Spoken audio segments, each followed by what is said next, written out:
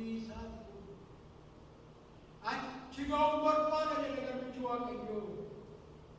Nikuni macaafa faarfannaa 27 lakkoofsa 4 irratti kan argamudha. Faarfannaa Daawit 23 lakkoofsa 6 irratti immoo kana jedha.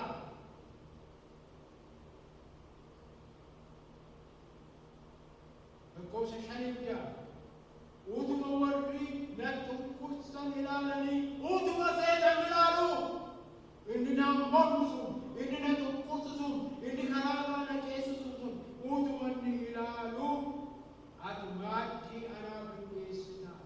Mataa koo sanaa eegsaan dibda xoofuun koos guutee irra dhangala'a. Eenyee bara jireenya koo hundumaatti gaarummaan keetiif arjummaan kee ana duukaa hin bu'u. Hiikaan kan abbaa kabachiisuu jiru ilaalu. Bara jireenya koo hundumaa mana Waaqayyoo keessa nan jiraadha. That's the goal. Bara na hafe hundumaa mana Waaqayyoo keessa jiraachuu hawwii keessa qabu. Hawwii keessa qabu. Eegsiisa dhumaan dhumsee kan qabu. Sababii ogeessi keenya waante akka malee kadhata xumuraa godhu waa'ee sabara bichaa turre kana hundumaa Waaqayyo garaa keenya keessa nuufaa'ee jireenya keenya akka ittiin jijjiiru gara goorii kanaatti akka nu geessisu Waaqayyotti nu geessu. Siin dubbisa qaba. Sagalee baay'ee namatti tolu. Sagalee lafee namaa jiisu. Sagalee abdii. Akkana jedha macaafa raajicha Isaayyaas boqonnaa 60 lakkoofsa 19 irraa ka'ee kan jiru. Akkana jedha. Ani Waaqayyoo ibsaa bara baraa siif nan ta'a. Dhageessu inni namni waloo kun isinin jedha Waaqayyo. Anaan jedha Waaqayyo maal jedha? Ani Waaqayyoo ibsaa bara baraa siif nan ta'a. Ulfina kootu ifa kee ta'a malee. Ulfina kootu ifa kee ta'a malee.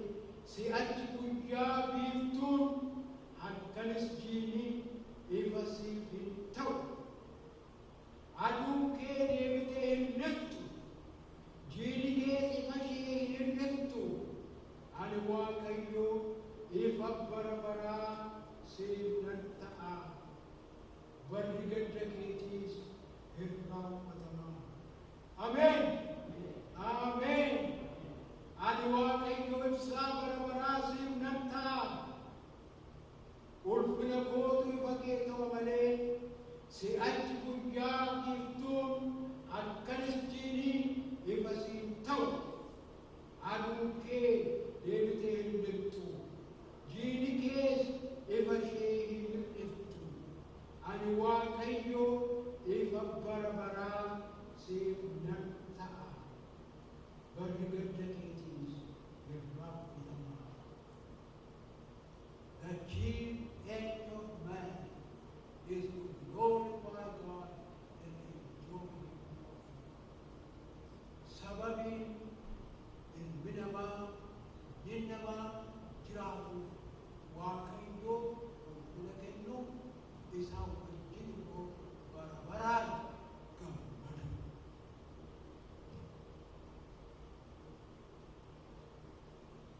Dhageenya Waaqayyoo eebbisu hariiroo Waaqayyoo nuuf kennee waan tokko hundana keessaa yookiin waan dhiiseedhaaf isa gaafa Waaqayyoo kennu wajjin jiraata. Har'aaf garuu asuma suuraa galee tokko dhufaa akka ganama faarfannaan obboleessi keenya dhimma faarfates karaa wajjin har'a ganama devotionii keessatti Waaqayyo kan naa kennu. Isa kanan isinii barbaadu isinii yoo barbaadu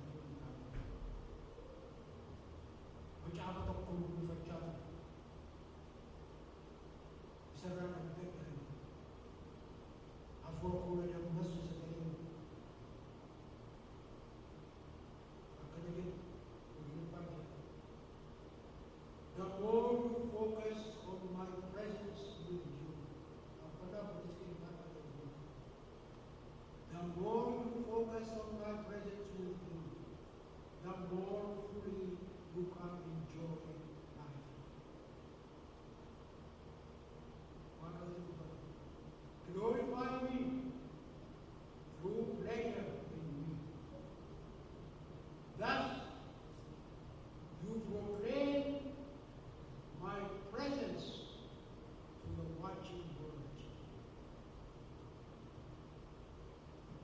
Hampuma xiyyeeffannaa kee argamuu koorra keessa. Yeroo kana gootu jireenya gammachuu baadha. Ati ulfina naaf kenniin natti gammaduu keetii ulfina naaf kenni. Glorify me through prayer. Natti gammaduu ofii kee gammaduu keetii ulfina naaf kenni. Kana gochuu keetii argamuu koo biyya lafaatiif dhugaa baata. Argamuu koo biyya lafaatti labsina. Waaqayyo fudhanna ta'uu, isa yeroo nuuf kennee fudhanna ta'uu, isa obsa nuuf kennee fudhanna ta'uu, isa yeroo nuuf kennee fudhanna ta'uu. Maqaan isaa akka waraana eebbifamu ulfaadhaa Waaqayyo isin eebbisu.